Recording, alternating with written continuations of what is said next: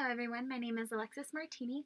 I was born and raised in Austin, Texas. This is now my second semester here at UTSA, but my third year of college overall. I am a communications major, and after graduation I plan on going to work for Apple in their public relations department. Right now, currently, I am working for Primrose School. It's basically just like a big daycare system, but embedded with um, curriculum and schedules for the children. It doesn't really pertain that much to my major, but it has allowed me to kind of learn how to communicate with parents mostly, because what most people don't understand is that in childcare there is so much communication, whether you're communicating with the parents or even the administration, management, whatever it is. There is so much communication embedded in this industry. I mean, you're watching after children all day long, and when the parents come at the end of the day to pick them up, they expect a full report. Or if the children are getting sick, management needs to know about their day, if they've been acting different, their eating habits, their attitude, what's been going on throughout the day. And you're responsible for knowing that. I have had so many problems with parents, and I've had so many amazing moments with parents. It's truly one of the things I'm most passionate about in my job, besides just getting to work with cute little kids all day. This passion definitely stems more from my personal life. The real push to work with kids came from my second job, not my first. That was for a daycare in my hometown, and I ended up loving it. It was something I was so good at, and sometimes I'll get, well, why don't you become a teacher? And I'm like, well, because that's not my true professional passion. That's just my personal passion. And working with kids allows me to kind of instill patience within myself as well, because you repeat things all day long working with children. You tell them to clean up their toys, to go wash their hands, to go potty, and sometimes they are not always going to listen. And that's actually a downfall in a lot of people, because they lack patience. They do not have patience. They don't like being told no. They don't like being ignored. But unfortunately, that is also another thing that comes built into this profession. You do have to have that patience instilled within you to just really make it through an average day. This profession of mine is somewhat more of a hobby, and I don't like saying that, but it is. This is not my dream job. This is not where I want to be in 10 years. I hope to be working for Apple in 10 years in their PR department.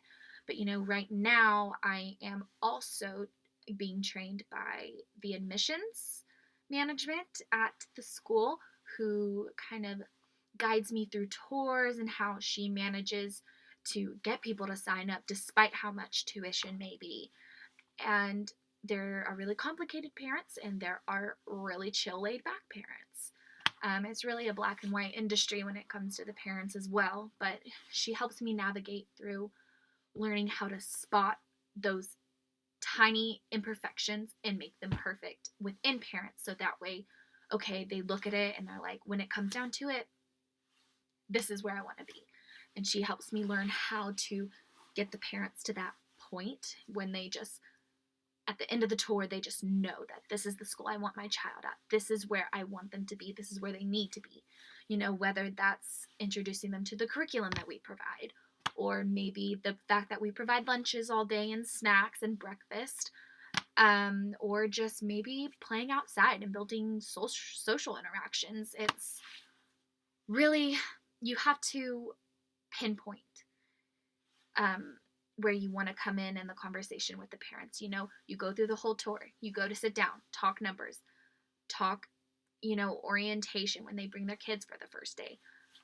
By the end of the tour, she's always told me that you should know by that point what their expectations are. And you build off their expectations with your promises that we can guarantee you this and this. But sometimes we will have to give a little bit.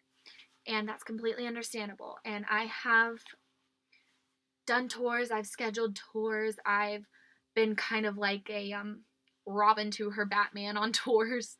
You know, it's not always guaranteed and it's not always a yes, but it has allowed me to grow more communication skills, and it also has allowed me to, you know, look at the non-verbal communication within the parents. If they're kind of standing there, you know, with their arms crossed, just kind of rolling their eyes, okay, that's a big indication, like, okay, maybe they're just not feeling the school.